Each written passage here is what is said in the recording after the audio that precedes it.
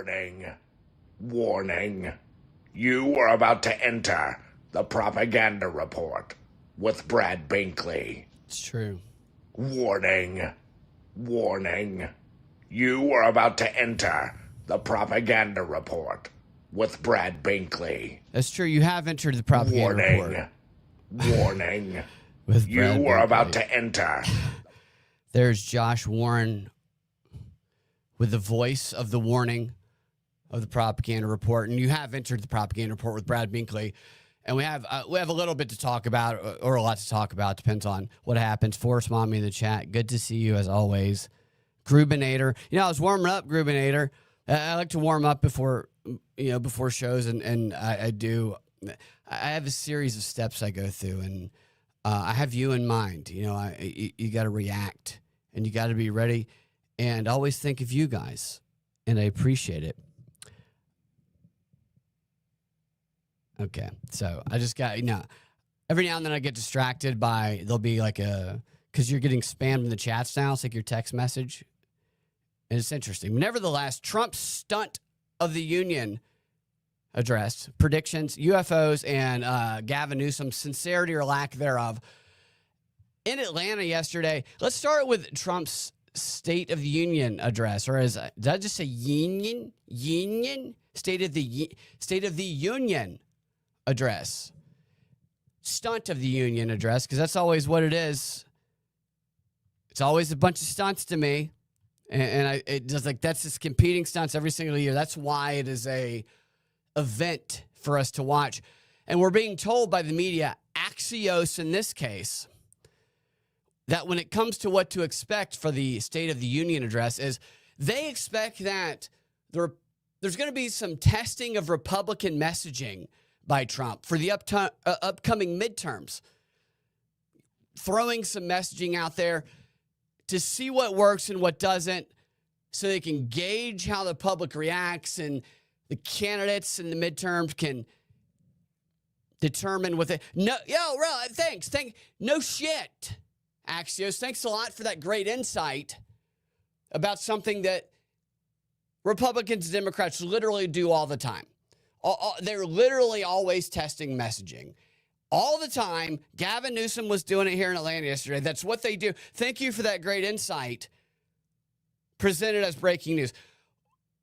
What are the other networks telling us how they're... okay, so here's what they say to expect also. They say that Trump might be talking about the economy. Trump's going to be talking about the economy.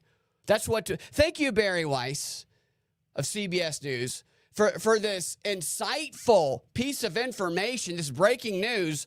God knows that we would have never, figured that Trump might be talking about the economy. Thank you for you earned however much you got paid for breaking this news that the economy might come up. It's so annoying. You see 10-minute panel discussions. Every single article you see, Trump's going to be talking about the economy. 5 things to know. Trump's going to be talking about the economy. Oh, that's number 1. Okay, thank you. Thank you. You piece of shit. Thank you. What else? Well, he might also be talking about, according to CNN, the problems with the cost of living. Holy shit. Are you kidding me? Oh, we never would have thought that might come up. The economy, the problems with the cost of living. Thank God we have these people making $200,000 a year to tell us about the shit everybody already knows.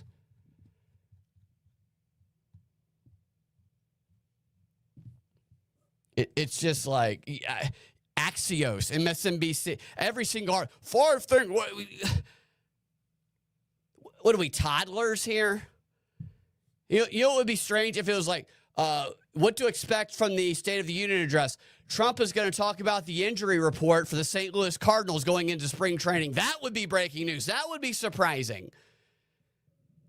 Trump's going to talk about the ratings crash for the NBA All-Star game. Those will be things that would be surprising. Not, well, he's going to talk about the economy. He's going to talk about domestic politics. He's going to talk about international politics. And, maybe he'll talk about how he screwed your mother. Like that would be the last one. That would maybe throw people through, some people it would throw through a loop. Not everyone. It's just like, how much can they juice out of? They have no stories. Actually, there's stories all over the world, but it's just a matter of what they focus attention on. They want to focus attention on these certain things, and so they just hammer it home, the stupidest stuff, every single year. It's the same as last year with Biden. It is going to be interesting, I'll say this, to see Trump do what he does and rebrand things, because he's the great rebrander, and it's kind of fun to watch him do that. And what the challenge will be with the rebranding is it's going to be how to say the economy is strong and going in the right direction, while also convincing people who can't afford to go to the grocery store and buy a carrot to celebrate the strong economy. That's the challenge. That's the kind of conversations they have when they're talking about these speeches. Okay, people can't get out of the grocery store for under $150, and they buy a carrot. It'll spoil by the time they get out. That's going to cost them $50 just to carry that carrot from the back to the front. They got to eat it on the way, and if they even risk that, they might get arrested because they haven't paid for it yet. How do we convince these people that the economy is rocking and rolling, and it's not like it was under Biden, and that these grocery prices are if you're stupid if you're thinking about grocery price. Are we still talking about grocery prices? Type of thing. And they do it exceptionally. It's not just Republicans, it's Democrats, obviously. I'm not trying to be like hard on Trump. He's the president, so you have to criticize him the most now. So I will be a little hard on him. But he is so good at the branding of it that, at least with his State of the Union addresses, you get to see this crazy kind of, it's so good. It's honestly, if you want to get into speech writing or persuasion, watch the way that he frames things in speeches like this, that to people who supported him, they might not have, or they might have been totally against before, but he convinces them that they voted for it. Like things that people didn't even know existed or know they cared about, the attention that's focused on it, and how to support such things as maybe increasing conflict internationally. Like, that is something that is patriotic to support that. This is war propaganda type stuff that I expect to see. I hope we're not going to war.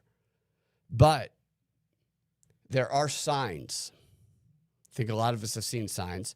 Hopefully it stays away from our shores, all the stuff that's going on.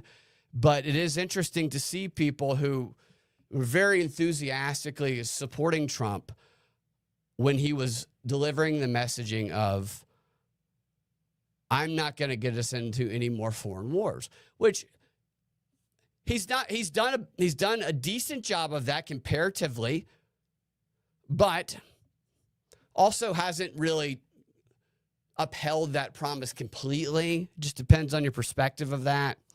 And I don't claim to know about foreign politics. That's not my expertise. My expertise, I don't even like calling it that, but it is in messaging. It's in propaganda tactics and deconstructing that.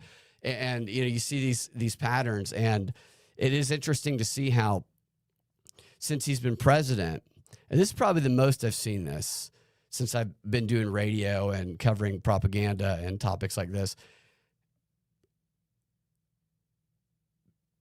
people being behind someone who was giving a specific message that was anti-war, that is, we got to defend the Constitution, and then once the person gets into power, doing the opposite. So it's like the Republicans and the Democrats switch. And people get very mad at me when I say that. I don't mean to make people mad. I'm just kind of pointing it out. And because they're given justifications. They're given, well, here's the reason why it's switched. Here's the reason why it's patriotic to switch. And I'm just kind of like, don't get mad at me. I'm just pointing out what I see. I don't care either way. I'm so disconnected from these parties that it's hard for me to get the emotional engagement. Because I'll talk to friends of mine and they'll be very passionate about some things that they weren't at all. They were against. Like if it were the other way around, if the Democrat were in power, they'd be very much against. But Trump, because it's trust Trump, that they're for it. I'm like, I don't trust it. Like and this is somebody who likes Trump. I think Trump's funny. I like him. I don't trust him.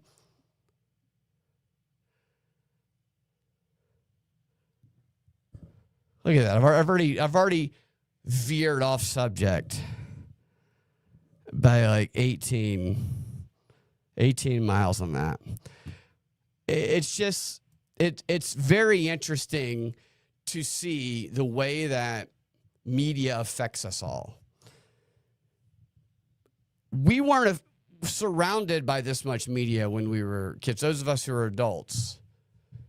Well, now, some people who are adults have been surrounded by media their entire lives. If 18 years old is an adult. In my age group, it's just we weren't constantly being affected and having impressions imprinted upon us by every. You can't even get in your car without having the screen on the front telling you something, and it just.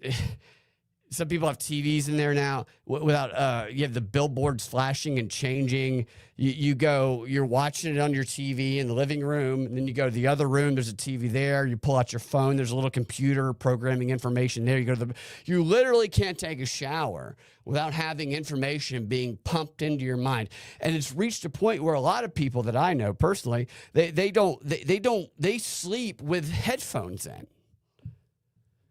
And when you're in this unconscious sleep phase, that is when messaging seeps in there. I mean that's what they used to do movies like that, where they would try and program. And these are declassified documents that talk about this, programming the unconscious mind by reaching people when their critical thought process is let down.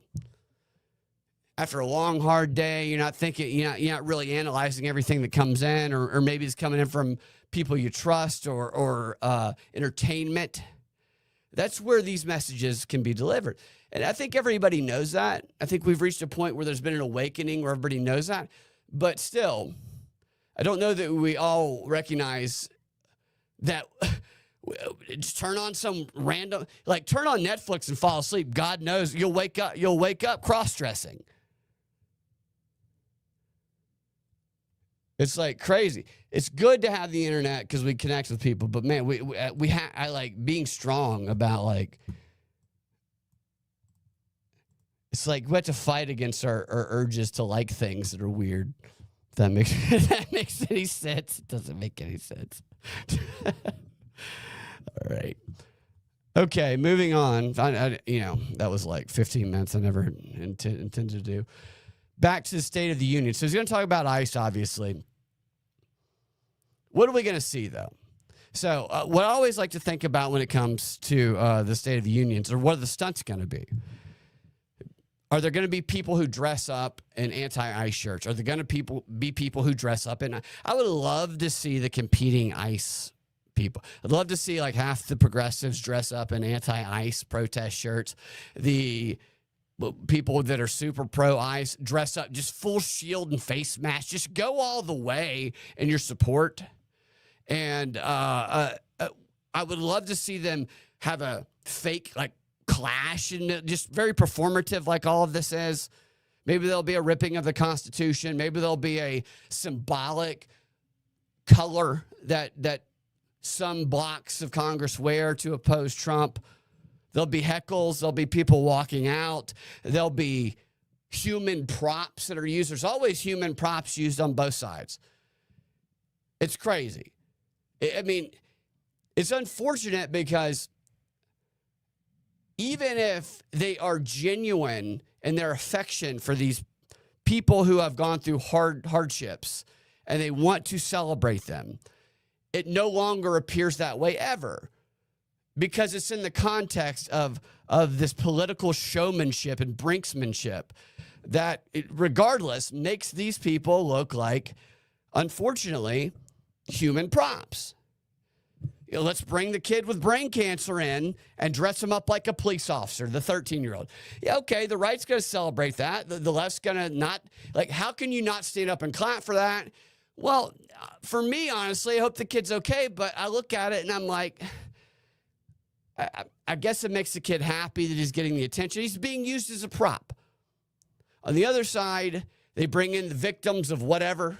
The most recent thing that happened is I expect to see people like Swalwell and others bring in people who are Epstein, or they say they're Epstein victims.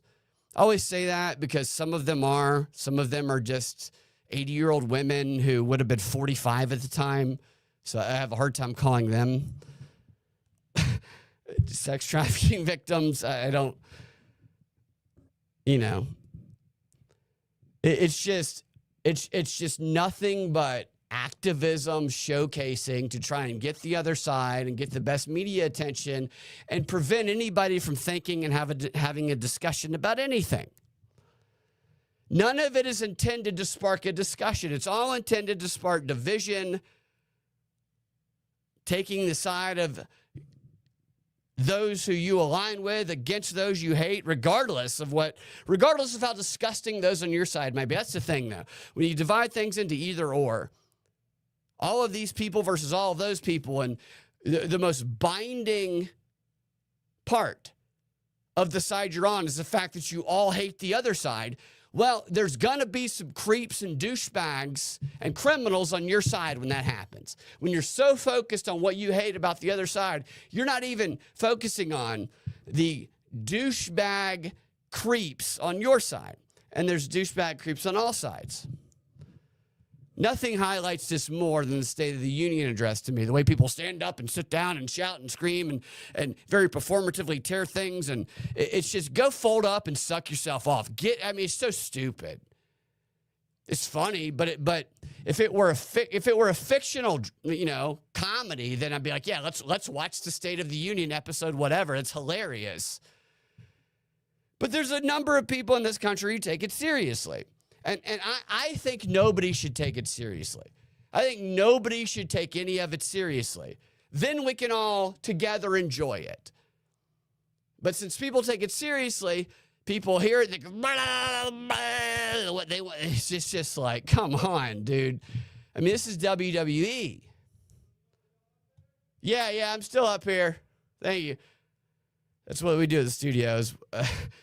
People, we have to do the security code, and we make sure people are still here or not here when we leave. And so somebody was just checking to see if I was still here. That's funny. All right. Everyone has a type. It's true. This is very true. Human props. Love me some human props, says Forrest. But who are the human props going to be tomorrow? Because they're going to have to get increasingly crazier, right? Like last year with the kid that was like 13 in the cop uniform, that to me was very cringe. I don't know about you. I was glad he was okay. I'm glad that I think he's okay and he's survived a lot of things. It's very difficult things. And I know that they've been very nice to him, and I think that he loves Trump, but still,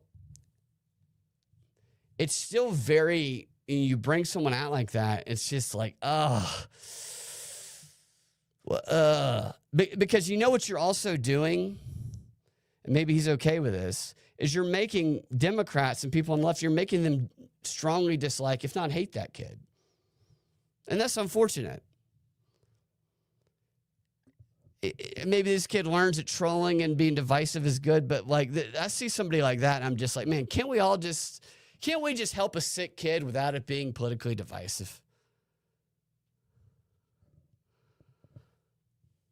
It's cringe. It gets you. You're right. Absolutely. Absolutely cringe. And I don't see how it doesn't get more cringe. Like, how cringe does it have to get? Because the attention economy is the more and more cringe you can get. And with the left and right, it's like people don't care how cringe it is. For myself, and I think most people who listen to this show, I think it's like, I can't just be like super enthusiastic about something that's like feels super cringe and weird to me, even if it aligns with something I believe in. I'm just like, why? Like, I would rather it be something different. Like, please don't. Like, I'd rather the cringe stuff be with something I disagreed with, so I could make fun of it, and I can still make fun of it if I agree with it. But it's just like, please don't force me to try and side with how cringe level this has gotten. And so many people don't care. And that's why Greg Gutfield is popular, in my opinion. That's my opinion about Greg Gutfield. I wasn't intending to get there. But Greg Gutfield is popular because he did not do the woke stuff that the other comedians did. He was simply an alternative. He was simply a non-woke alternative to what was woke on late night comedy, and became immensely popular. And yet, even more cringe than he was popular. It's that kind of thing where it's like, maybe it's good where quality of stuff doesn't matter anymore because it's just about siding with stuff. Nevertheless, I'm curious at what do you guys think is going to happen at the State of the Union address tomorrow, the political stunts. You know what I would like to see? Is I would like to see Trump bring out an alien. I would like to see him introduce an alien to the world.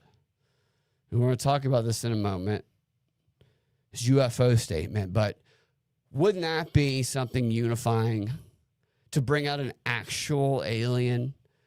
Not an ICE detained alien, not a legal alien, an extraterrestrial. Bring out, I almost said Gwork. That would unify the country, at least a little bit, for those who believed it. I'd like for you to meet my good friend. He's from Pluto. It's Gwork. Come on, Gwork. Gwork's got a great voice. Show me that. Maybe he will. Maybe there'll be a little blue beam going on. Maybe they'll have an extraterrestrial come out and sing "God Bless America" with Lee Greenwood. I mean, wouldn't that be something? To find out that the aliens are on our side, Yeah, and then the alien is like, "Get Iran," So then we know, because the aliens are telling us, because they've seen from really afar. Talk about the 30,000 level view. They've seen like the 200,000 level view. So we know we should trust them. Let's take a look. E.T. Yeah, it is a great song. It's hard not to listen to that song and stand up. So there's going to be a epic song. Is it Lee Greenwood or is it Kid Rock? Or is it a combination of both? Lee Greenwood and Kid Rock with the opening song for Trump as he comes out. Maybe with the alien. It's like a new remix. Kid Rock, Lee Greenwood, Ball with to Ball, Bless America, sung by an alien. And Kid Rock and the alien are both wearing those super, super high-cut jorts, those jean shorts. And they both have really skinny legs. I don't know what Lee Greenwood's legs look like. I have not seen them. I'm just assuming the alien's legs are thin. We all know Kid Rock's legs are thin. There will be some Epstein victims, like I said. And Here's what Trump's statement was, by the way, for the UFO thing. Before we get, what I'm going to go through in a second is I'm going to go through the prop bets.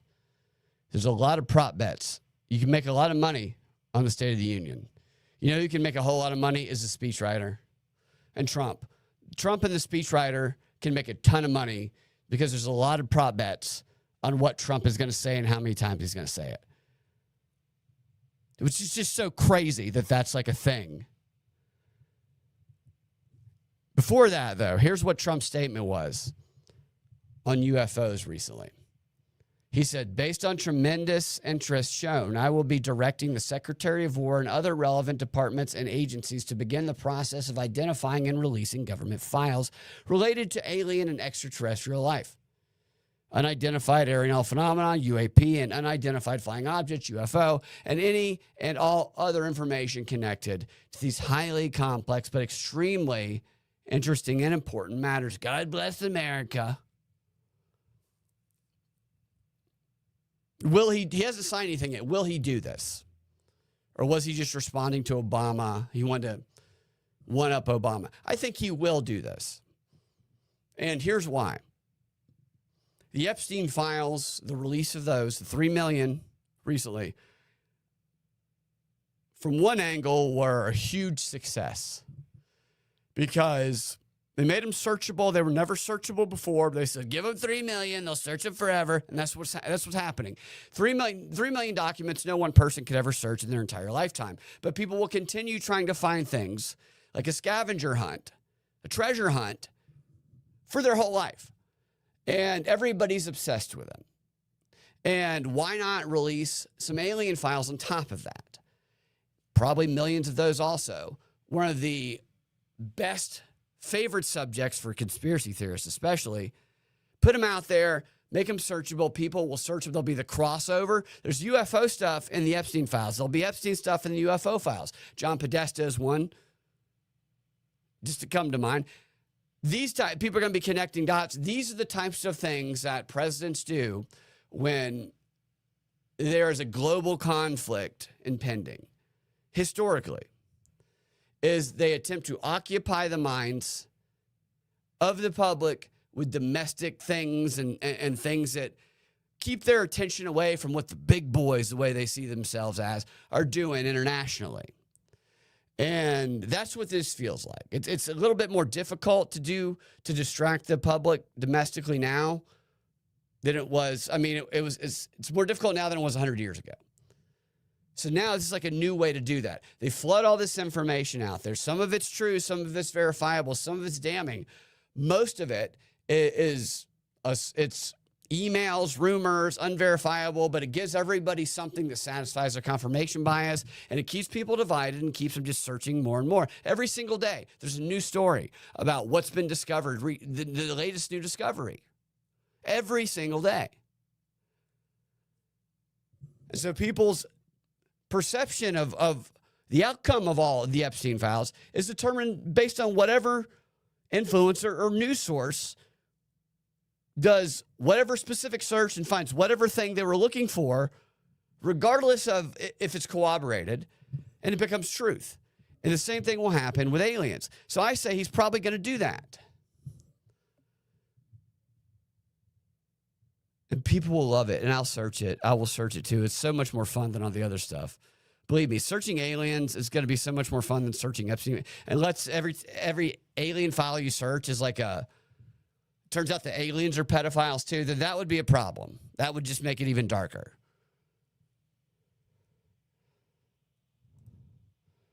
Let's get the poly market up. Yeah, that's a good idea. Let's go ahead and get the poly market up. So what's the poly market?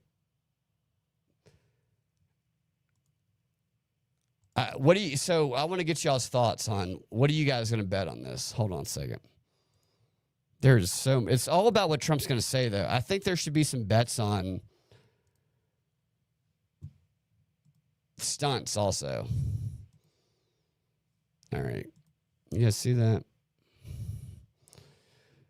Okay, so we have poly market trending. What will Trump say during the State of the Union address?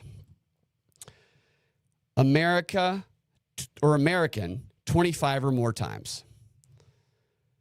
96% of people are saying yes. See, that seems like a safe bet. So here's what I did with Karen or Hochul. Is her name Karen? I know her last name's Hochul. The state of New York address, the bet on Polymarket was, will she say New York or New Yorkers 30 or more times? And that was actually, people were like 70% of people were saying she'd say it less. I went and looked at how many times she said it the previous year. And she said it like 90 times, actually the previous 2 years, I believe. And so that was a pretty sure bet. I don't know how many times Trump said this in the previous time, but I know that last year's speech was really long because he was, it seemed to me anyway, trying to show that he could do a late night speech and he could have more stamina than Biden did. I'm going to guess the over on that one. He's going to say jobs 20 or more times, 62% yes. He's going to say million, billion, trillion. So all three of those, 87%. I want to see the ones that are the tough bets. Will he say Biden 10 or more times? 41% say yes. What do you guys think? Will he say Biden 10 or more times? Yeah, put your thought in the chats. Let's see what the... will he say Kamala Harris 34 times? So I think that's an under right there. Wait, will he say her name at all? Okay. 34% say that's an interesting one, right? That's one right there you could win some. This isn't financial advice, but just one time he's got to say Kamala. I don't know. I might take that bet. He'll definitely say hottest. Will he say, will he say Kennedy or autism? So those two are paired together, Kennedy and autism. 61%. Will he say crypto or Bitcoin?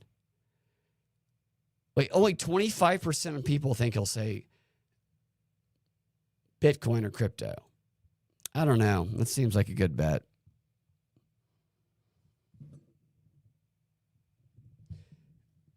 Yeah, I hope they disclose. Pat and his cat says, I hope they disclose aliens, but instead of Blue Beam, we get Godzilla. That would certainly be unexpected. For sure. It's not the alien we expected. Israel, Gaza. Honestly, it wouldn't surprise me if he did not mention Israel and Gaza. Well, that might be one of those ones where it's that could be kind of a long shot bet because there's reason for him to not say that. There's reason for him to avoid that. So let's put ourselves in the position of a speechwriter. If you want to make the most money, this is where you're going to make the most money so far, is Israel and Gaza. So you don't write Israel and Gaza into the speech at all. And for those guys, they put a lot of their substantial wealth onto that. I'm going to keep my eye on that one. He'll say MAGA, definitely. Black Hispanic, he'll say that. Trump gold card.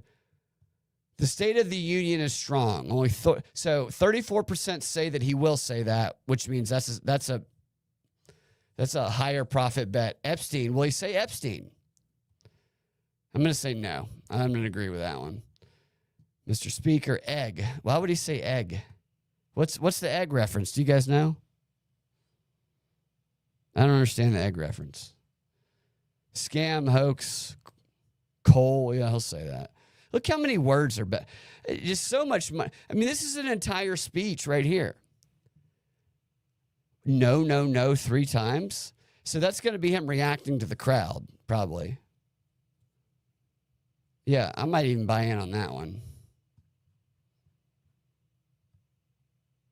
Yeah, I might buy no on Israel Gaza, though. Nobel Peace Prize, I doubt. Too late. I don't know. Peanut? Why would he say peanut? Is there a peanut reference in the news that I'm missing? 11% say that he's going to say peanut. Who's Peanut? I got to look up Trump and Peanut. There's got to be a reason. Is there somebody nicknamed Peanut that we don't know about?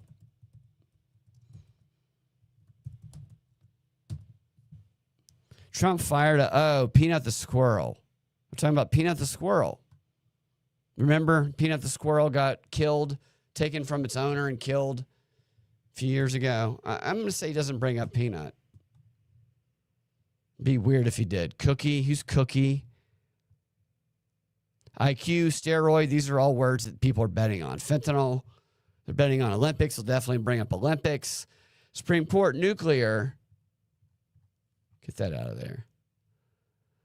Drill, baby, drill. Auto pen. UFC.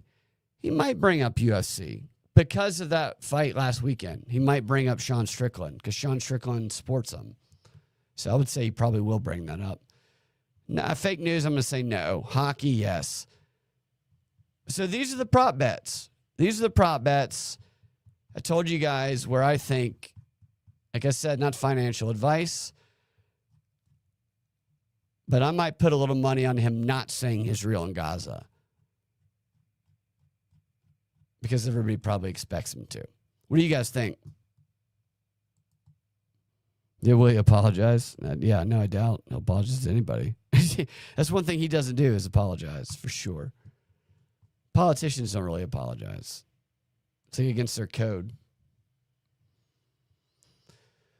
All right, so what we do know about the State of the Union is that the U.S. Olympics team, the hockey team, will be there. They beat Canada 2-1.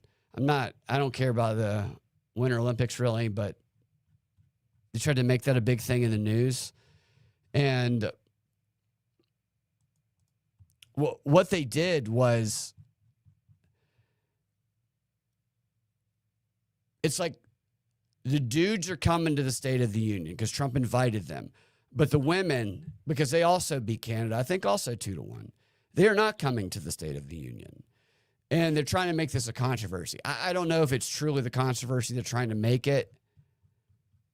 But so the statement given by the women's spokesperson, the women's hockey team, was something like, well, we appreciate being invited and being recognized, but because due to whatever reasons, they can't come, whatever obligations they have.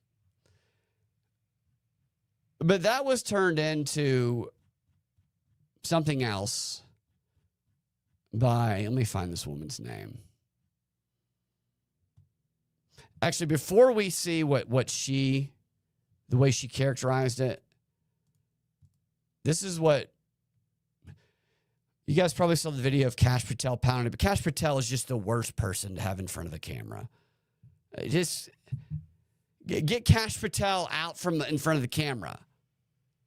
Like, who's like a huge Kash Patel fan? I don't know anybody who's a Kash Patel fan, except that country music singer in Nashville.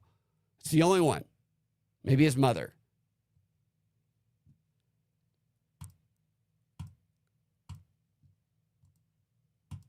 Here's what he said, and then you guys decide if this is the way, if he meant it the way that it's being interpreted by the news. And we're giving the State of the Union speech on Tuesday night. I could send a military plane or something, but if you would like to, it's the coolest night. It's the biggest. We're in. Speech. Can you pick us up in Miami on Tuesday morning? Yeah, Tuesday morning. Go to the northern border. We'll get cash and we'll get the military to get you guys over. Okay. Let's go. Boys are going to the State of the Union. The nice thing about being president is I can tell you, you don't have to worry about the weather or landing. So we don't care if it's snowing, if it's the worst blizzard, we'll be sailing through that city just like you did at the ice cream. Thank you, Mr. President. Now we'll do it at the White House anytime. What would really be cool, and we'll do the White House the next day, we'll just have some fun. We have medals for you guys. And we have to, I must tell you, we're going to have to bring the women's team. You do know that. I do believe I probably would be impeached, okay? Okay, so that's the controversy. He said, I do have to tell you, we have to bring the women's team. And somebody in the back shouts out 2 for 2, celebrating them also. And then the story about this became,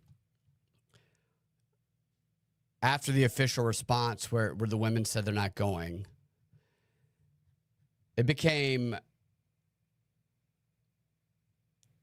I should say that it It was started by a woman named Lexi LaFleur Brown, who is the wife of former NFL or NHL player JT Brown. I don't know much about hockey. And she's also a hockey novelist. And she apparently led the backlash where she highlighted that the female athletic achievement in the face of the obstacles and how they've overcome so much in their careers. And here's what she said. She said, you can make history talking about the women's team. You can represent your country at the highest level. You can inspire the nation of girls to dream.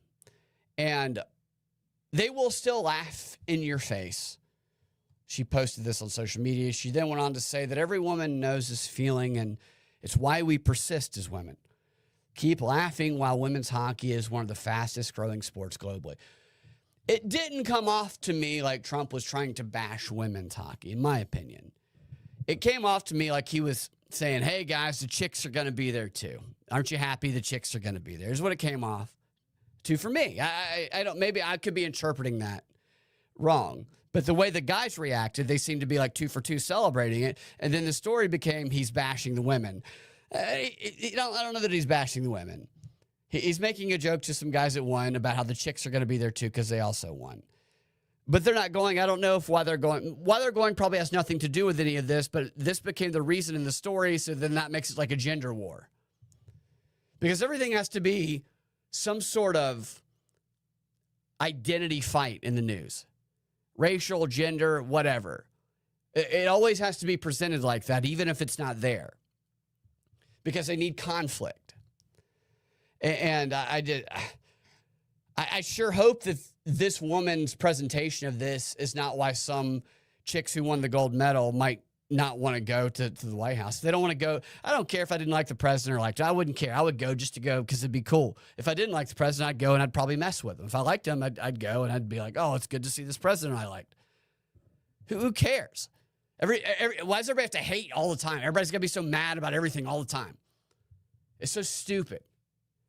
It's what gets clicks. It's what drives engagement. It's what makes money, obviously. It's a perverse incentive structure that we have with social media. Nobody's making a killing by being nuanced and understanding and reasonable and considering more likely explanations that aren't defined. Nobody's making a killing doing that. In fact, you get killed doing that online. You get called every other. It doesn't matter. You get called anti-Semitic. You get called a 7K shill. You get called racist. You get called misogynist. You get called everything. You get called everything if you're not on the extremes. It's a crock of shit is what it is. But you know what's not a crock of shit? Is women's curling. The women's curling event in the Olympics was fascinating to me. Not because of, I'm sure it's difficult to be a women's curler. I've never done curling. To me, it's like cornhole on ice. Is what it looks like to me. But what I did notice is that every single female on the U.S. team looks like a Karen. They all look like Karens with very active Yelp profiles. That's inspiring. You can be a mother of 3 who has a very active Yelp profile, complaining about everywhere you got. I'm not going to mess with them. And you can still become an Olympic athlete. I mean, look at this. This is Karen Central right here. Look at the hands on the hips. They're all complaining about the sauce they didn't get in their to-go order. Look at them. They're not even talking about curling right now. They're talking about how the honey mustard was left out of their to-go order at Chili's. That's what they're angry about. And they're going to get that honey mustard. They're going to get a bucket of it. That's what they get the gold in. They didn't win the bronze. They lost to Canada 10-7. But they get all the honey mustard.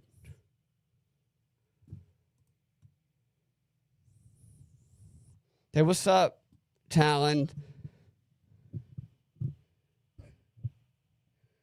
Yeah, they do look like.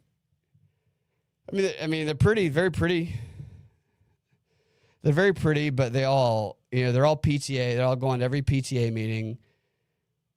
They're just, Yeah, you don't want to mess with them.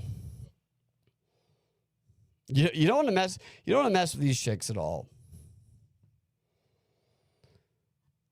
I just imagine them in between curling. They're cooking dinner for 5. I'm saying they're very formidable. Is what I'm saying. Yeah. So all right, let's talk about Gavin Newsom. Speaking of testing talking points, I don't know if Gavin Newsom is like the worst,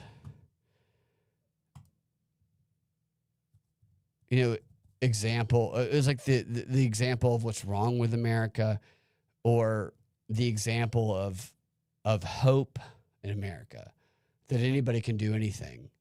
If this guy is as wealthy, of course he grew up a rich kid, even though he pretends that he didn't. He goes on former NBA player shows and he acts like he was an oppressed black guy and he was like the richest white kid. And now he goes to Georgia Tech because he was in Atlanta. I didn't know he was in Atlanta. I wish I would have tried to have gone to it.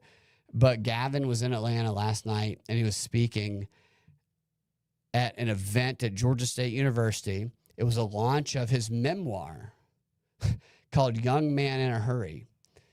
And it was really a political event along with they always launch a book when they run for office. And so he's like prepping for his 2028 campaign.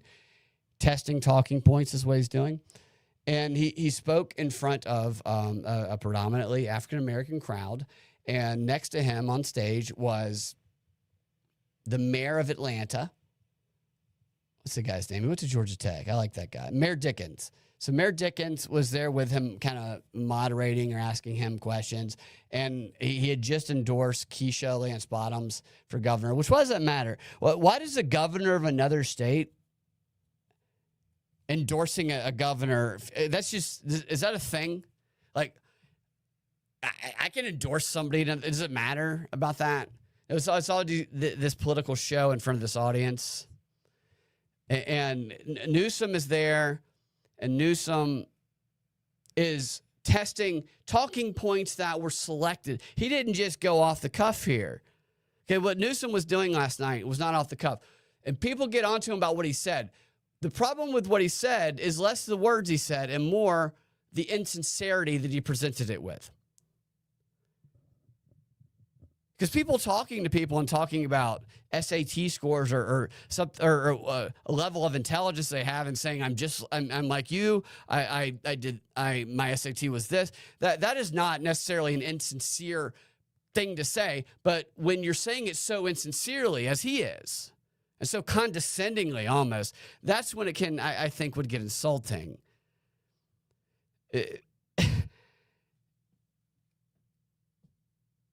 Because he's not even, he's such a cocksucker.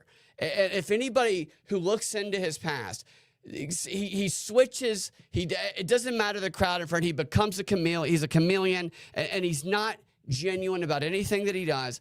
And they try and blind people with partisanship that they can't even see the insincerity. I've never seen so much insincerity here. I mean, what's crazy is that these were tested talking points that he was given by the Democratic Party or whoever his people were who went out and surveyed. They went out and they got average test scores. That's exactly what they did. Because they always do this. This is what they do. You look into politics, this is what they do, and it's insulting. And honestly, I don't know if it's better when they're so bad at it or they don't care that they don't even seem sincere at all, or if maybe it's worse when they can come off as being sincere. Maybe that's actually worse when they're a better actor, when they're more performative and they get more believable.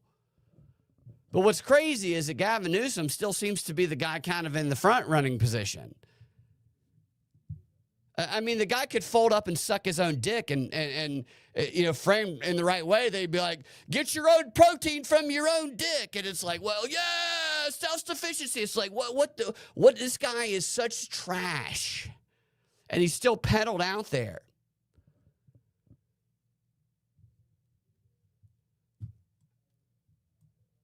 The guy was banging his own campaign manager's wife. And it's just, he continued. It's fun. Everybody, they forgave him for it. And then he did some, and then he groped a Chinese kid, a 5-year-old. And he cleaned out all the homeless people from San Francisco and then groped a Chinese 5-year-old in the basketball court in the creepiest way. And everybody forgave him for it. It's just like, you want to do some crazy shit and get away with it. Run for governor or something. And this guy is trash, dude. They're all trash, man. Here he is. Here he is. Let you guys hear what he had to say, y'all self. I just am. I'm on the other side. I don't want to dream of regretting anymore. No coulda, woulda, shoulda. It's all out there. And I just want to put it all out there. I'm not trying to impress you. I'm just trying to impress upon you. I'm like, it's such a lie. Of course he is trying to impress you. I'm no better than you. I'm a 960 SAT guy. and I'm not trying to offend anyone, trying to act all there if you got 940. But literally a 960 SAT guy. I cannot. By the way, that mayor next to him went to Georgia Tech. That's why he's laughing at that. He's a Georgia Tech grad. You need a pretty high score to get into Georgia Tech. You've never seen me read a speech because I cannot read a speech. He can't read. He can't read. Maybe the wrong business to be in. My dyslexia, I haven't overcome dyslexia. I'm living with it. I was the guy in the back of the classroom and my head down, just praying the teacher didn't call on me.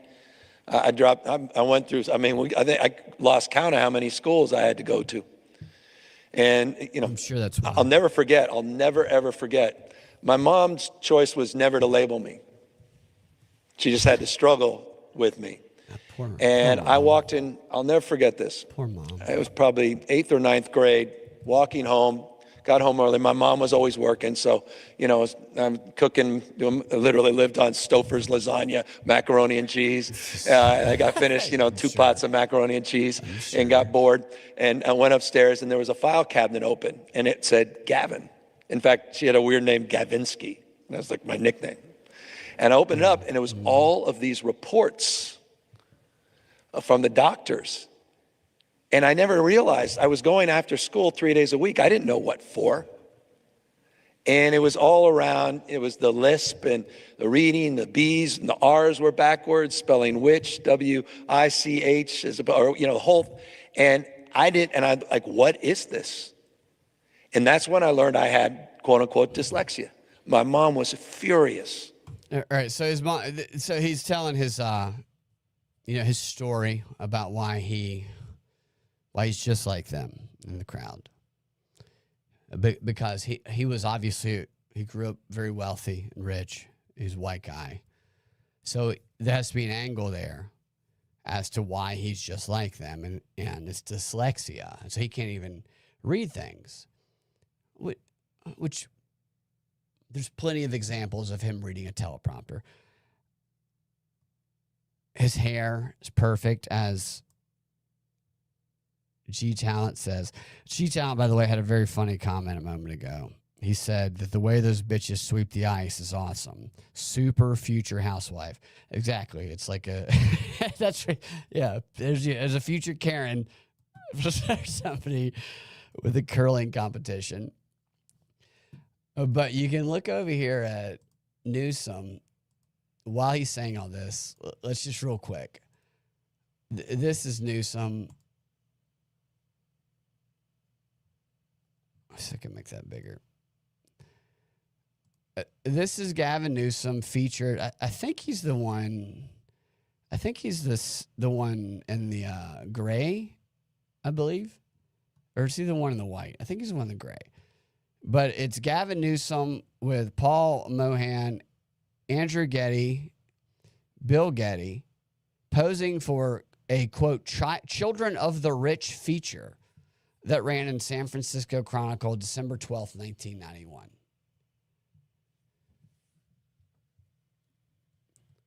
This is the guy here. This is the guy who's just like the African-American community that he's speaking to at Georgia State. Is this guy. It's just such a crock of shit. It's like he envies Stacey Abrams. He wishes he was a fat black woman. Let's let him finish his statement here. Because she didn't want that to limit me. She didn't want that to be an excuse. But it was freeing because I never understood why it was so easy for my sister and why I was struggling. But I also never, and this is the long-winded point, I also never knew how much she was struggling trying to raise me. And I'm just like, I have to admire the Atlanta mayor. Either he is taking him at his word. Not everybody has been kind of monitoring this and analyzing this stuff for such a long time like many of us have. He's sitting there and he's either, because he seems like he's listening to Gavin Newsom and like he's believing him. And so I like this mayor of Atlanta. I do. I like him. It's not just because he's a Georgia Tech fan. It's not just because he goes to Georgia Tech games and sits and watches them lose by 50 points. Like, it's not just because he's like me and that. Actually, I like him. He seems like a good guy. And so I'm looking at him, and he seems authentic to me. And maybe I'm wrong because I'm just imagining myself sitting across from Gavin Newsom and listening to this bullshit. Like, I wouldn't be able to keep a straight face. I would be, wait a minute, Gavin. You struggled. You couldn't. You only ate ramen noodles or whatever, like you said, because of your dyslexic. What, you couldn't read the right food? You didn't know how to read food, so that's all you ate. Your wealthy parents never fed you. They only fed your sister because you're dyslexic. They said, don't give Gavin the food. He's dyslexic. Give it all to the sister. Or stupid kid Gavin. It's just so insulting. And people support this piece of shit. you talk about that children's book. I wrote a children's book for kids with dyslexia. You wrote a children's book. Because I was reading every night to my kids. I'm not making fun of people with dyslexia, by the way. I don't believe Gavin Newsom has dyslexia, is what I'm saying. Picture books. And I realized that two of them have dyslexia. And I don't know what was worse, for them or for me. And I immediately thought of my mom. Oh, yeah. And I never, ever saw her struggles through that lens. And so I wrote a book. And by the way, this book, it's an ode to my mom. It's a composite of my mom. There's a letter in the back of the book to my mom. The school, the number of the school, the door is the day of her death. And it's really So you tell a story about your mother and how she struggled with you because of your dyslexia, and then how you wrote this thing because of her death, and you're pulling sympathy. And that's a balance with that, because it's like people do go through difficult times. They do lose their parents. They do lose loved ones, and you do want to be sympathetic towards it, because we all. If we've lost loved ones, we can relate to that. Or if everybody fears losing their loved ones before it happens. And so that's something that is going to pull at the heartstrings of everybody and mask the fact that this is a giant piece of shit who is trying to make it seem like he's not that. And if Gavin Newsom turned out to be the greatest guy in the world, I'd be the first to apologize. He has a history of being a chameleon, of saying and doing whatever is necessary to the crowd in front of him to try and win votes. And he's, like we talked about earlier, testing political messaging. So these stories we're hearing right here are the stories that he's going to tell in the campaign in 2028. These are his campaign stories. That's what they have to have. They have to have their stories, their origin stories that led them to these profound moments that gave them the wisdom to make the right decisions for the certain audiences they're appealing to when it comes to voting. And that's what he's testing. We're going to see a more refined version of this in 2 years. Mark my word. Composite a love letter for all that she did to get me through this. And so I'm here because of that grit. I'm here because of that resilience. And I imagine it's a story for many of you that we share. And I'm also here because of dyslexia. What a gift. What a gift it is to not have to read a script, but to be able to read a room. All right. Right, and so there's an applause. Wow. Right there. Wow, it's real powerful. That leads me to several places. One is the desire to write this and to be that vulnerable right now, to be humble. So look at this. We have positioned Gavin Newsom as the vulnerable person here. To have, to show some of your vulnerabilities, some of your challenges. You know, right now on social media, it's superheroes and villains, right? That's and it's right. all how outstanding somebody is or how That's right. terrible That's somebody a good is. assessment. But you're showing vulnerability, your human it's not. side, and actually inspiring millions of people that either they can go through something or overcome. All right. I haven't watched all of that. I like what the mayor's saying. I will say that. I think the mayor is characterizing what Gavin is saying, maybe not so accurately. We had a comment here that I want to respond to. Hey, look, even if you are, I don't care. So Truth Violates Community had said a moment ago, he said he's kidding about it, but he said that he was here to defend Candace. Come get some. Now, and then he said he was kidding. I do not care if somebody is. I will talk. See, this Candace, the subject of her and the subject of anything is presented on social media as something that is, if you don't agree with me completely, you are my enemy. And I am so opposed to that. Yes, I'm not a fan of Candace. I've never been a fan of Candace. And I've also never been a fan of TPUSA. I see them as the same. And I've never been a fan of the FBI. Once I got old enough to realize that they can do good things and they're not a monolith. But when it comes to narratives that are presented, I don't trust them. And I think that there should be skepticism. Everything should be looked at with skepticism that come out from the mainstream. But that doesn't mean that anybody who disagrees with me that I hate them or that I think that they're some other. And I think that's the problem with everything on social media. I think that that's a problem because you can't have an actual nuanced discussion about it without people just jumping to one side or the other. And I don't like people who deceive people is my thing. And all of those people I just mentioned, I think deceive people.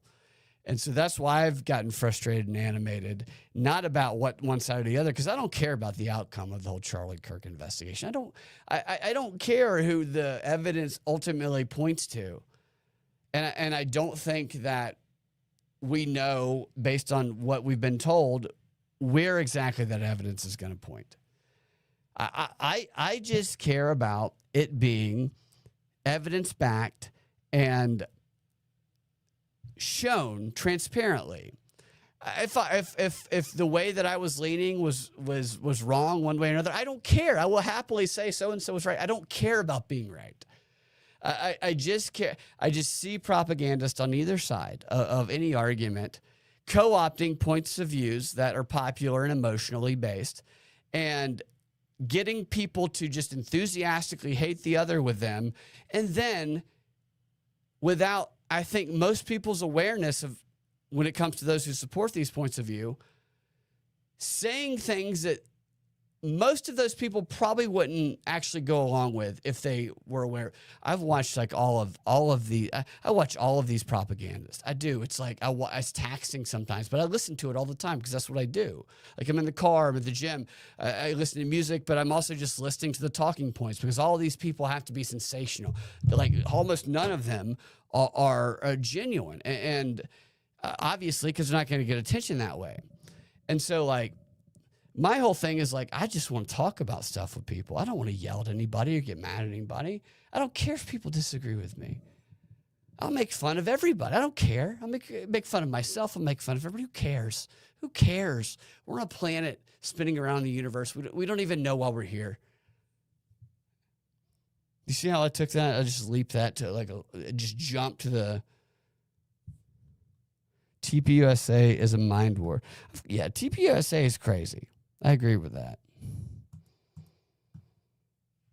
Don't mind me. No, I know. I'm just messing with you. Brought that up, and it does trigger me. But it doesn't trigger me for the same reasons it does everybody else. It triggers me because of the lack of a conversation people can have about it. That's what it triggers me about. All right. So I think we're gonna get out of here pretty shortly. This is a Epstein file that people have been talking about a lot. And I feel like I should show it. Maybe you guys have seen it. Let's see. This is from Redacted, and it's to Redacted. From Redacted and to Redacted. And it was sent on June 11th, 2 days after my birthday. My birthday is June 9th. This was June 11th, 2020. And it says, "Hi, Redacted." So that's an interesting greeting. So this is like they're sending it to a new person. "I'm an AUSA and EDNY, and something in New York, and I am working on an investigation to the death of an inmate in the Brooklyn MDC. The OCME told me that it signed a confidentiality agreement in connection with the investigation into the murder of Jeffrey Epstein. We were hoping to extend a similar agreement, and I wanted to see if you could share the agreement, parentheses, or a boilerplate version of it. I'm happy to speak over the phone if it's easier. My cell is Redacted. Thank you so much. Redacted sent from iPhone." That's a big story today because people are like, proof it was a murder. Look, I think it was a murder. I think it was either a murder or they extracted him. It's one of those two, in my opinion. I think that suicide was the least likely. I can't prove that. That's my speculation on all of that. Just like this isn't proof, but people are taking this as proof of their point of view. Like this supports my point of view, but it's not proof of it. And it's just the thing about the Epstein files, if you want to get use out of them, like real use, if you're just trying to own the left or own the right, then just search for whatever you want and you'll find something. You'll find whatever you want. Much of it is speculation. Much of it is unproven. Much of it is actually disproven.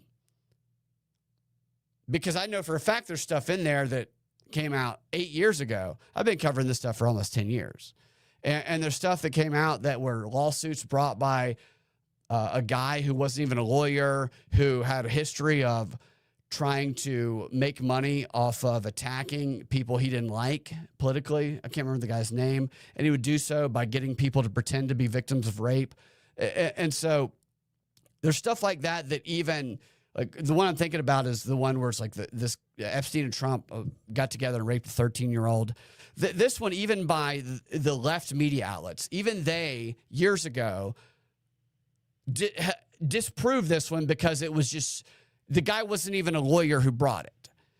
And that's not me defending Trump. That's me just pointing out that a lot of these accusations are bullshit. Same thing, a lot of the accusations against people on the left are bullshit in this. But nobody wants to nobody wants to undermine their confirmation bias because it feels so good. And it's easy to find stuff that satisfies your confirmation bias. What's difficult is to search through 3 million documents and find something that's actually concrete and relevant. And there are things that are relevant. And I've talked about them on this show for a long, long time, actually, because the things that have been public for years that nobody searched because you couldn't find them on a public Google search because you could only find them through Pacer are in these documents. Martin Seligman, the plea negotiation letter, Bill Clinton, Martin Novick, Lawrence Cross. And I'm not saying Trump doesn't have anything to answer for. I'm just talking about what can be proven based on the documents I've looked at. There's a lot of questionable things, no doubt. The key is not searching for what you want to be true, searching for what isn't. Writing a list of search terms that are compelling and that are pointing in the direction of what the activities might have been in, whether that comes to sex trafficking or, like, for example, the chalkboard that he had that had all those words. I searched all of those words on the chalkboard because that's the type of research he's trying to do. And that research is directed towards controlling people's brains at a neuroscientific level using thermal imaging and trying to find the right word and trying to play the prisoner dilemma games that could really control and manipulate the masses of people, which is the deception on the chalkboard, which is something that he strove to do. How do you turn people into bots, basically, using language like NLP? And so, like, I searched that type of stuff. And what came up was a bunch of scientific research papers written by Martin Novick, which I'd already seen most of them, that were about how to deceive people, that were about how to get groups of people en masse to cooperate and how to minimize the defectors. And there were actually some stuff that came up that I had not seen, but it's one of those things where it really is a treasure hunt, but it's like, what was he trying to do based on what we know? And what can we prove? There's a lot of stuff that it feels like it can be proven, and it seems like it's probably true. And obviously, there's not going to be stuff where it's like, hey, I'm getting together the sex ring to traffic all the children. That's not going to be there. Where are the Proton Mail files?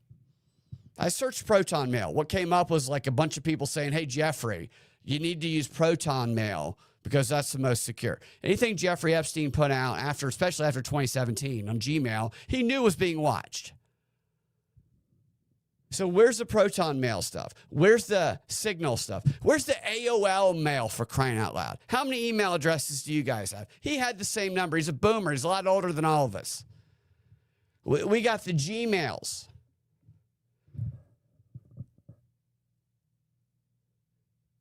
We're being pulled around by string here. And it only works when we look for things to confirm what we know, and we reject things that might undermine it. What are the best search terms you can come up with to search the Epstein files? That is how you find good shit. It's tough.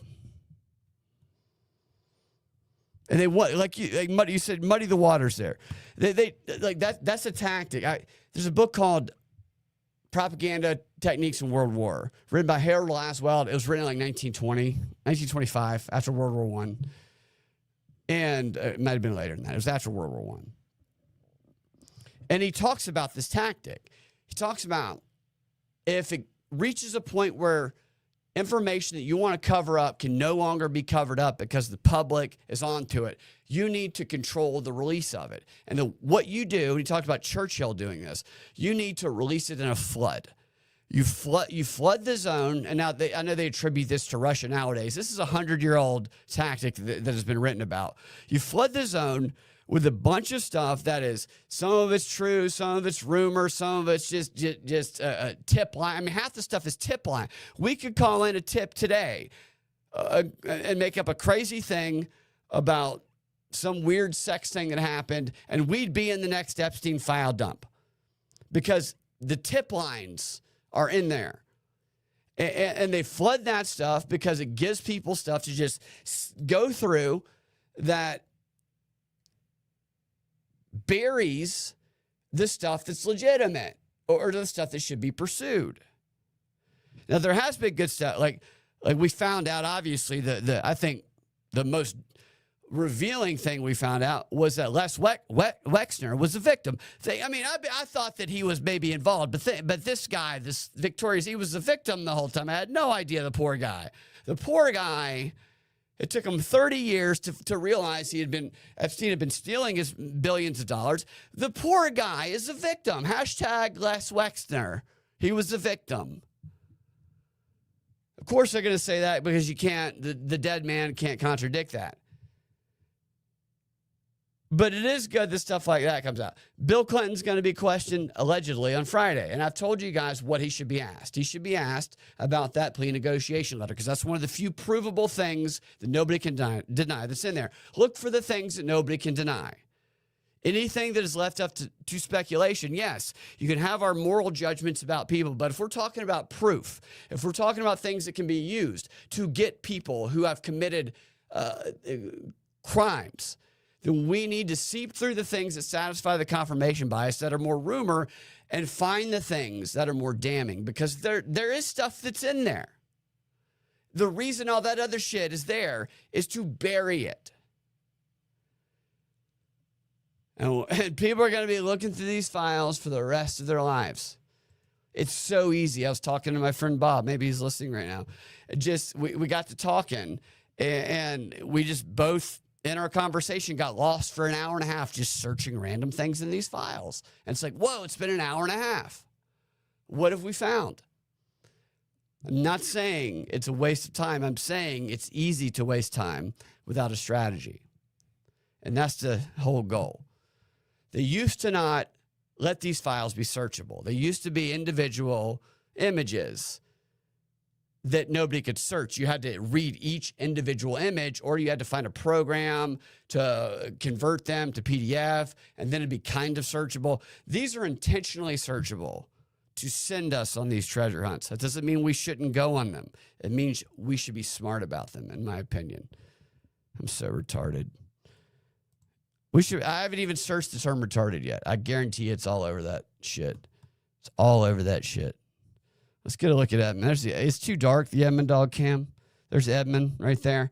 Which, by the way, Edmund, he's up for America's Next Top Pet. If you guys want to vote for everybody. See, I don't like the name of this contest. But because everybody's got the top pet. All of our pets are the best boys and girls. Where's I want to show you I want to show you what Edmund's been doing. He's been doing very well in this contest before we finish off the show. No, not that. He's in 4th place right now. He won his first round. He's sleeping right now. There he is.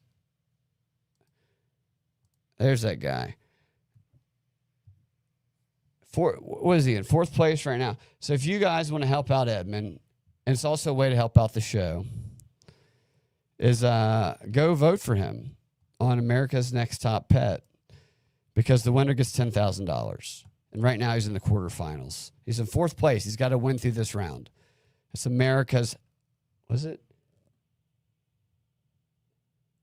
favorite pet / Edmund. I'll put it in the chats.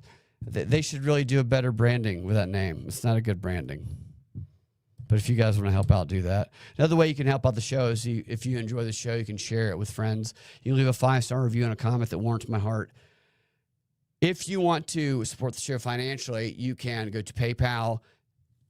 What is it? I don't even know because I promote myself so infrequently. PayPal.me/Brad Binkley. And you can leave a one-time or a monthly donation, or you can subscribe at patreon.com/propaganda report or propreport.locals.com. Subscribe at the lowest tier, and because that's what we're offering right now. And what you get is you get this show, the audio version ad-free. I take the ads out for those who subscribe. And you get whatever this is, a show I do with Sam Tripoli and Austin Picard, a weekly deep dive on conspiracies. And follow me on Freedom Max Radio. And if you go to my profile on Freedom Act Radio. There's a link in bio where you can find all of the places to subscribe and get all the random weird stuff that I do. And if you're just, you're not ready to subscribe and support and you're listening on audio, just let the ads play. We don't get anything if the ads are skipped, so it helps us out. And that's, I do less promoting than probably any show that anybody listens to. I don't like wasting time with that because I waste enough time going on, tangential rants. So I try to minimize the time that I do promoting. But I have to do it to keep the show going. Nevertheless, let's do a couple old school. I haven't done this in a while. Smoking gun stories. We'll start with this chick. Look at this blonde here. I hope this is her mugshot. I don't know that it is. Police, woman 32 charged with felony pickle assault. There she is, blonde, blue eyes, green shirt. Or is that green eyes and green shirt? When officers arrived on the scene, there were pickles and pickle juice scattered across the apartment. There were pickles and pickle juice scattered across the apartment. And Kaylin Blaine's boyfriend and cohabitant had a knot on the top of his head where she allegedly clobbered him with a glass jar of pickles. According to police, Blaine, 32 years old, and the 34-year-old victim argued Monday morning about the cleanliness of their Clearwater, Florida apartment. Blaine and the man have dated for 6 years and are parents of a 2-year-old girl. After being accused of making a mess, Blaine reportedly got agitated and grabbed the glass jar of pickles from which she had been eating all day, apparently since 10 a.m., and she then chucked it at the victim and hit him in the head, resulting in the pickle splatter all over the floor, which was observed by the police. Seen above, Blaine, who declined to speak with the cops, was arrested for aggravated assault with a deadly weapon. Aggravated assault with a deadly weapon? Wow, that's a felony. And she was booked in the county jail. The pickle jar weapon was not seized by the police. That's her aggravated assault. She looks like bad news by that photo. I'm going to be honest with you. She's spending most of her time Instagramming. That's why the apartment wasn't clean. That's why he got frustrated. She was probably trying to set up the lighting for the next TikTok. Got pissed off. That time of the month, smashed him with a glass jar of pickles. After being accused, I read that part. Blaine was released from custody on her own recognizance. And a judge has ordered her to have no contact with the victim. How's that? They have a kid together, though. In the company of law enforcement, she will be allowed a one-time visit to the home that she shared with the victim for the retrieval of her personal belongings, which could include the pickles in question. I don't believe that part. So they like to add a little bit on these. They try to be a little witty with these stories. I like to see the actual police report document. Like, this is a police report. This is the actual document, which says that she intentionally struck Ryan Skipper, is his name. It's her boyfriend, with a deadly weapon, which was a 2-wit glass jar, and she intentionally caused bodily harm to Ryan Skipper by striking him with a glass pickle jar on the top left side of his head. They had an argument about the cleanliness. We got that. Okay, so there's a little more in the police report here. On the date, they got into that verbal argument about the cleanliness. The victim advised he had just come to the apartment after spending the previous night at a friend's house when he noticed the apartment was a mess. So that's a detail that was left out of the story. So he doesn't come home the night before. This is in her defense. He gets there and he says, this place is a mess. And she unleashes the pickle jar on him. See, the story made us think that maybe it was her anger in response specifically to him complaining about her cleanliness, when in reality, the deeper subtext here is that she was angry about him not coming home the night before. That's what the story's missing. The defendant got agitated when the victim accused her of making a mess. No, that's not actually. Read the subtext, police officer. Then grabbed the jar of pickles and struck the victim at the top of the head. So they must have been in proximity where she grabbed it and smashed, like right there. That's quick.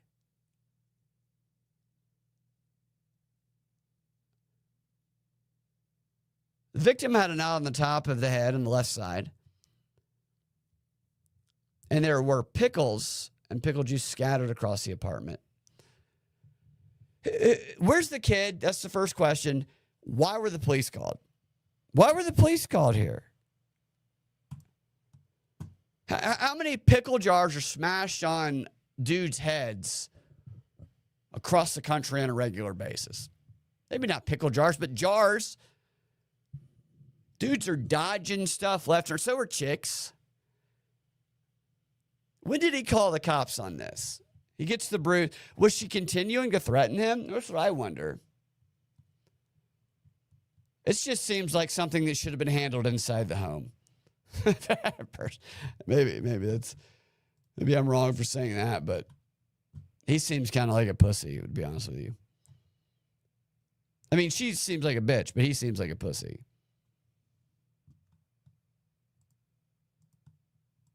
Let's do one more, and this is it. It's a pickle jar. Yeah. I wonder if he was like, I don't know, it's just ironic that she hit him with a pickle. Yeah, she took him out with a pickle. That's what he's been trying to take her out with, is a pickle. She took him out with it. And this is another food throwing incident. A lot of food throwing incidents here. Man busted for spicy chicken domestic battery. Cops, woman hit with Chick-fil-A sandwich. I'm going to just go straight to the actual document because I don't like the stories the way they do them. Let's just read the police report. All right. It's a short one. Actually and intentionally touch or strike the victim and cohabitant against the will of the victim. To wit, the defendant and the victim have lived together as a family for 3 years. During dinner, the defendant and the victim began to argue over infidelity. The defendant threw a Chick-fil-A spicy chicken sandwich. So the defendant's the guy in this case, striking the victim on the head with it. The defendant then proceeded to throw a styrofoam cup of blue Powerade, which ended up soaking the victim. The Chick-fil-A chicken sandwich was observed broken apart in the living room where the incident occurred. The defendant admitted to the offense post Miranda. He should never admit anything without a lawyer. The victim stated she had been battered by the defendant several times in the past. Is that the whole story? So this dude and this chick get into a fight. He flings a Chick-fil-A sandwich at her and then throws a blue Powerade on her. And she says, "I'm calling the cops."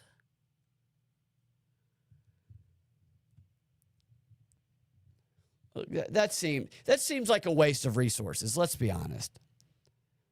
A couple of cops show up. What happened? Well, we got in a fight. I hit her with a spicy chicken sandwich. Well, is it the fact that it was a spicy chicken sandwich? Had it been a non-spicy sandwich, would that have been? We only called the cops because it was spicy. And the blue Powerade, it's just, you can't get the stain out. These people, both of them should be arrested for wasting the state's time. These are taxpayer dollars going into this police visit. Put them both in jail. I get hit with a chicken sandwich and I get. Give me a break. Look at this guy. So like this guy here, like you get hit with just a chicken sandwich by this guy, then you are thanking your lucky stars. I mean, this guy looks like he will bite your neck out. Like it's a spicy chicken sandwich. He'll rip it right out.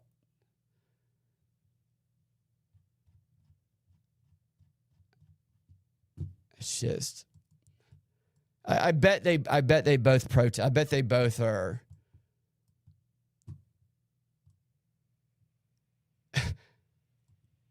I bet they both want to end the police. I bet they want to get rid of the cops.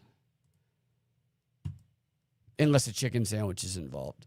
So don't go anywhere and throw. If you go to a protest, don't throw a chicken sandwich, especially if it's spicy. What's that? What do we got going on here?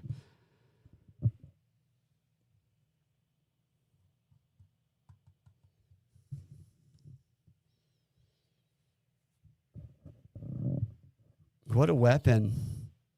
We should send spicy chicken sandwiches to Ukraine and Israel.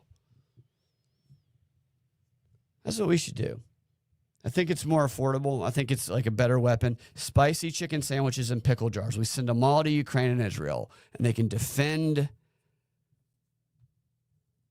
themselves against whatever's coming against them. You saw that guy. I mean, come on.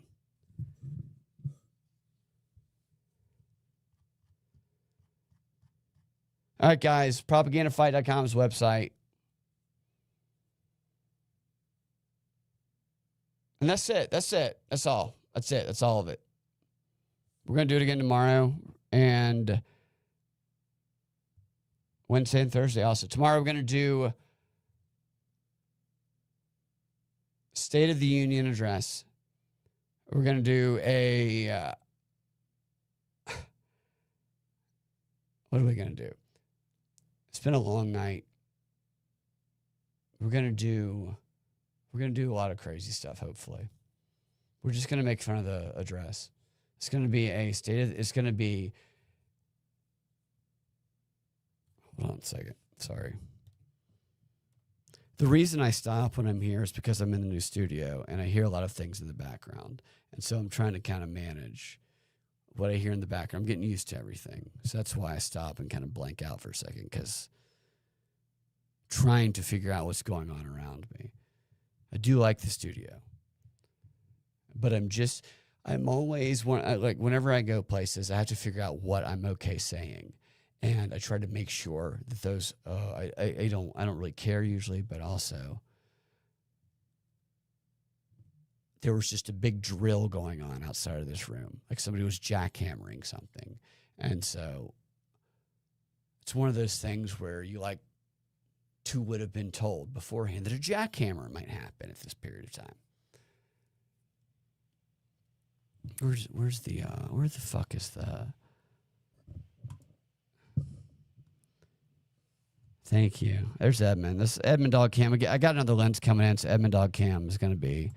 It's going to be a little bit better next time. Yeah, look who it is. That's right. What's up, Black? Did you just call me a black? Did D's Laughs, who is black, call me a black? You're a white, dude. You call me a black, I'll call you a white. It's fine. We can do that. Maybe we'll normalize that. All right, we're going to do Political Science Theater 3000 tomorrow night for Trump's address. Bring your predictions, get on Polymarket, see if you can make $1 million. This is not financial advice. We'll talk to you guys next time. Y'all, thank you for hanging out in the chats. Always enjoy it. You guys are great. We'll see y'all next time.